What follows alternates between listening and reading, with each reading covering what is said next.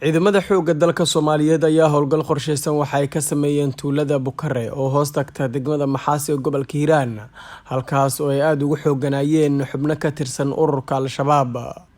Howlgalkan ayaa ka dambeeyay kadib markii ciidamada dowladda ay weerar ku qaadeen tuulada Bukare halkaas oo ay dhawaan fariisin cusub ka sameysteen waxaana halkaas ka dhacay dagaal culus oo la isku adeegsaday hubka noocyadiisa kala duwan.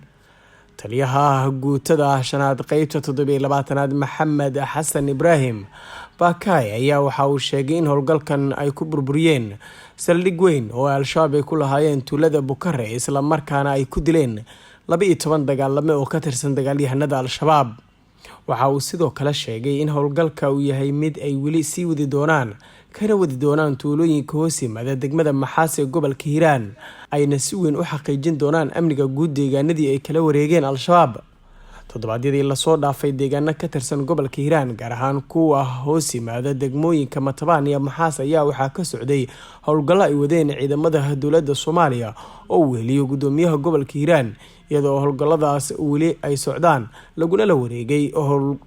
la wareegay deegaano dhowr ah oo ka tirsan fariisimo hore Al-Shabaab ay u lahaayeen. Cabdinaasir Socdaal, Bilan Radio.